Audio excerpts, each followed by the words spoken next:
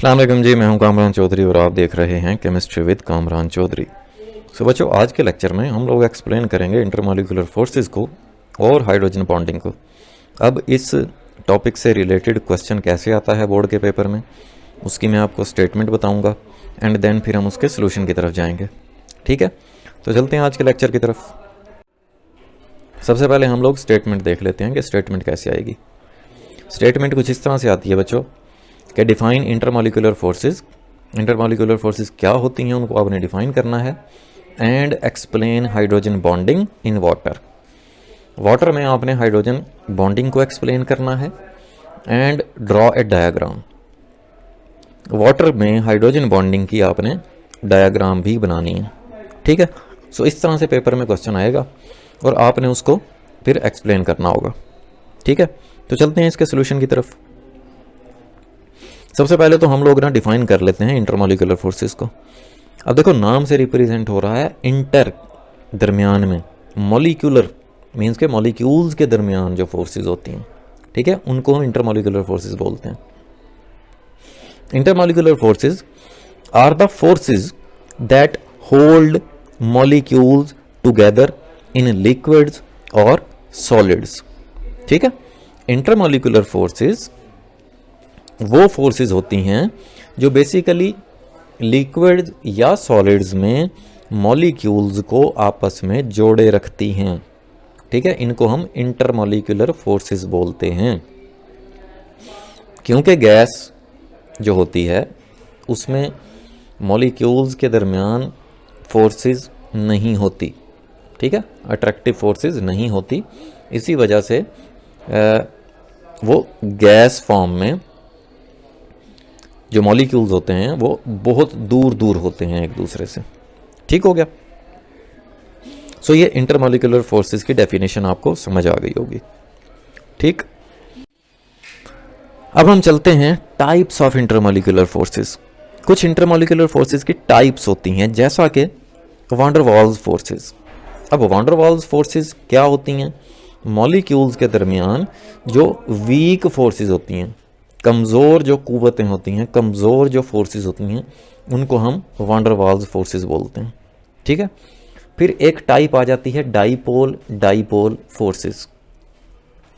ये ऐसे मॉलिक्यूल्स के दरमियान इंटरमॉलिक्यूलर फोर्सेस होती हैं जो बेसिकली पोलर मॉलिक्यूल्स होते हैं।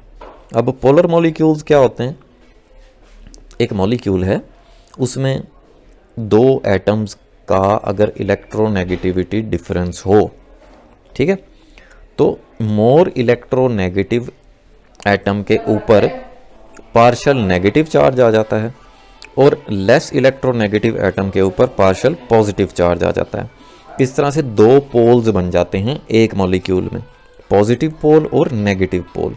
ठीक है, जिसको आप डाईपोल बोलते हो। डाई का मतलब दो, पोल मीन्स अभी आपको बता दिया, एक पॉजिटिव हिस्सा और एक नेगेटिव हिस्सा।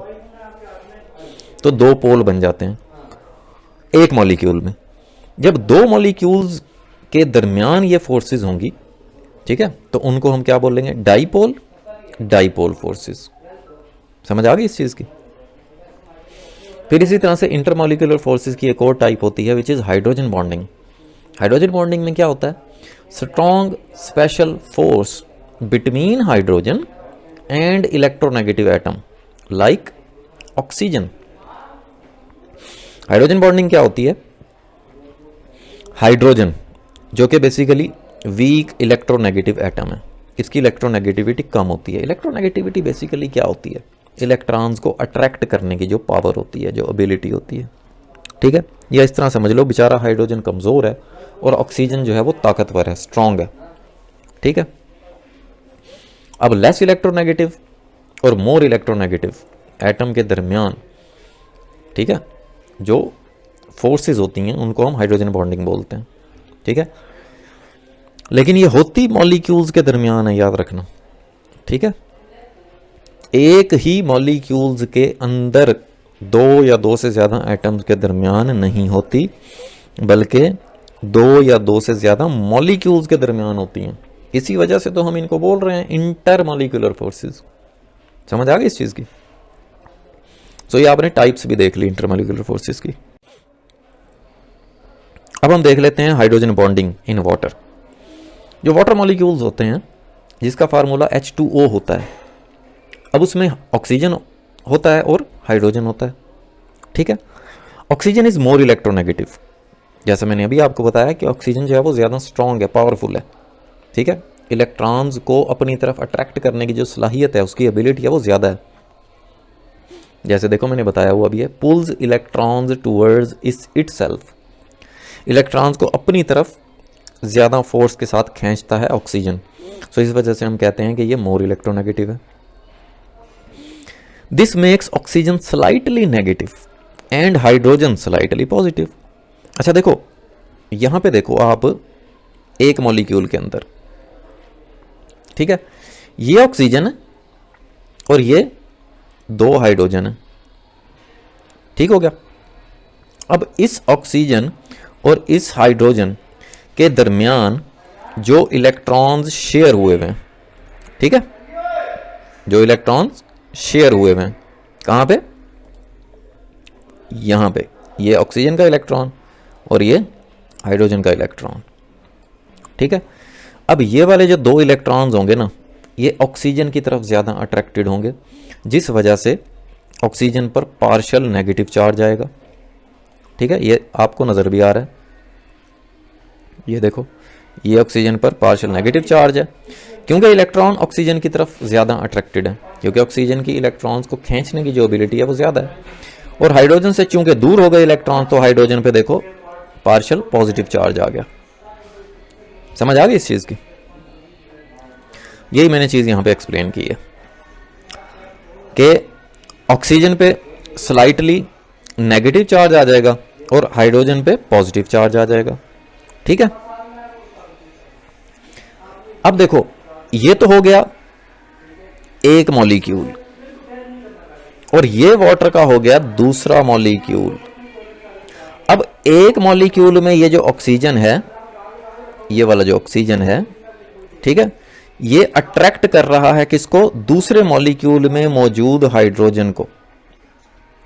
ठीक, तो ये वाली जो बेसिकली फोर्स होगी ना अट्रैक्शन की, ये यहां पे आपको डॉट से रिप्रेजेंट हो रही है, ये वाली, ये देख रहे हो आप यहां पे।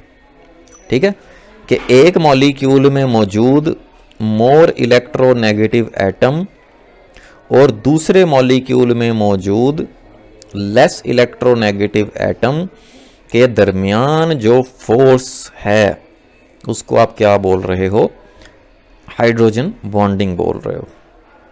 समझ आ गई अब बहुत अच्छे से? चलो आगे चलते हैं। अब एग्जाम्पल के तौर पे हम लोग हाइड्रोजन बॉन्डिंग तो हमने देख ली ना एग्जाम्पल, अब इसकी हम इंपॉर्टेंस भी देख लेते हैं। ठीक है, हाइड्रोजन बॉन्डिंग की वजह से keeps water liquid at room temperature. Room temperature पे जो वाटर लिक्विड फॉर्म में होता है ना, वो किस वजह से होता है, सिर्फ हाइड्रोजन बॉन्डिंग की वजह से। Gives water high boiling point. अब इसी हाइड्रोजन बॉन्डिंग की वजह से जो वाटर का बॉइलिंग पॉइंट होता है वो ज़्यादा होता है, विच इज़ 100 डिग्री सेल्सियस। ठीक हो गया। तो ये हमने इंटरमॉलिक्यूलर फोर्सेस, उसकी टाइप्स और हाइड्रोजन बॉन्डिंग को डिटेल के साथ एक्सप्लेन कर लिया। अब एक और चीज़ पूछी गई थी हमसे कि भाई डायग्राम बनानी है। डायग्राम ऑलरेडी मैं आपको समझा तो चुका हूँ, बट अलग से हम हेडिंग दे के डायग्राम बना देते हैं दोबारा से हाइड्रोजन बॉन्डिंग की इन वाटर। जैसे ये देखो, अब यहाँ पे ना कुछ मैंने वाटर के मॉलिक्यूल्स बना लिए। ठीक है, ये एक वाटर का, ये हो गया एक वाटर का मॉलिक्यूल। ठीक है, ये फिर दूसरा वाटर का मॉलिक्यूल, ये तीसरा और ये चौथा। ठीक है, अब ये चार वाटर के मॉलिक्यूल्स बना लिए आपने।